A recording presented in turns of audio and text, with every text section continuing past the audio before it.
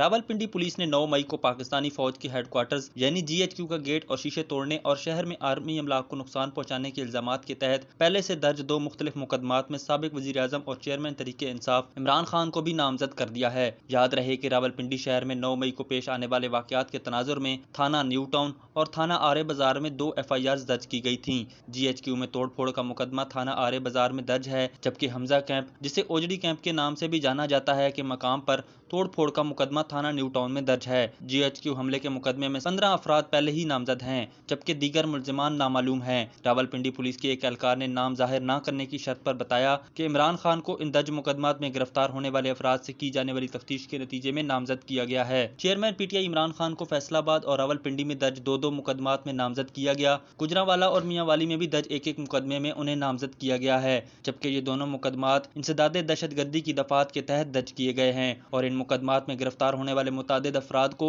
जिले अदालतों ने फौज के हवाले किया है ताकि उनका ट्रायल वहां चलाया जा सके। ज़राए के मुताबिक चेयरमैन पाकिस्तान तहरीक-ए-इंसाफ इमरान खान को 9 मई के वाकयात में मुलव्वस मुल्जिमान के बयानात की रोशनी में नामजद किया गया और तमाम मुकदमात थानों के पुलिस अफसरान की मुद्दयत में दर्ज किए गए हैं। ज़राए ने यह भी बताया है कि जॉइंट इन्वेस्टिगेशन टीम GIT को तमाम मुकदमात में तफ्तीश करने का हुक्म दे दिया गया है। ज़राए का कहना है कि पाकिस्तान तहरीक-ए-इंसाफ की लीगल टीम को केसेस की तफसीलात मौसूल हो गई हैं। दूसरी जानिब 9 मई को जलाओ घिराव, तोड़-फोड़ और जनरल हेडक्वार्टर GHQ पर शरपसंदों के हमलों के वाकयात के मुकदमात पिंडी में दर्ज हैं। चेयरमैन पाकिस्तान तहरीक-ए-इंसाफ और साबिक वज़ीर-ए-आज़म इमरान खान को थाना आरे बाजार और थाना न्यू टाउन में दर्ज मुकदमात में नामजद किया गया है। ख्याल रहे कि रवां साल 9 मई को पाकिस्तान तहरीक-ए-इंसाफ के चेयरमैन इमरान खान की गिरफ्तारी के बाद PTI कारकुनों ने मुल्क के मुख्तलिफ शहरों में एहतजाज और जलाओ घिराव किया था। PTI कारकुनों ने जिन्ना हाउस लाहौर समेत फौजी तनसीबात, तारीखी इमारतों, सरकारी अमलाक और गाड़ियों को आग लगा दी थी, जिस पर पाक फौज ने 9 मई को यौम स्याह करार दिया।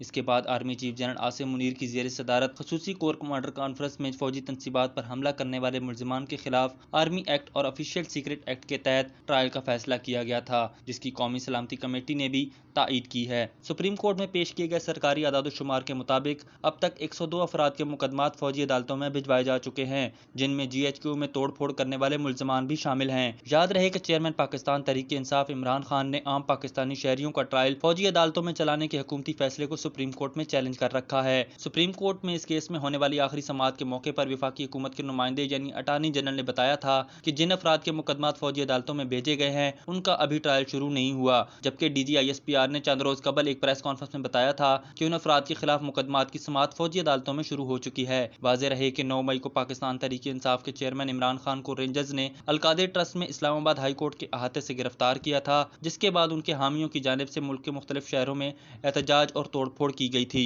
जिस वजह से मुल्क के कई शहरों में मुतअद्दिद सड़कें बंद की गई थीं और तहरीक-ए-इंसाफ के मुश्तइल कारकुनों ने रावलपिंडी में फौज के हेडक्वार्टर्स यानी GHQ और लाहौर में जिन्ना हाउस में घुसकर तोड़फोड़ करने के बाद नजर आतिश भी कर दिया था, जिसके बाद जियो फेंसिंग और दीगर टेक्नोलॉजी की मदद से हमला आवरों और शरपसंदों के खिलाफ कार्रवाइयों का आगाज किया गया था और मुतअद्दिद गिरफ्तारियां भी अमल में लाई गईं, जिस वजह से PTI की सीनियर लीडरशिप को भी गिरफ्तारियों का सामना करना पड़ा। ये बात भी काबिल जिक्र है कि 9 मई के वाक़ये के बाद PTI के अहम तरीन रहनुमाओं ने भी प्रेस कॉन्फ्रेंसेस की और सानिया 9 मई की मजम्मत करते हुए पार्टी ओहदों और पार्टी मेंबरशिप से इस्तीफे भी दिए थे।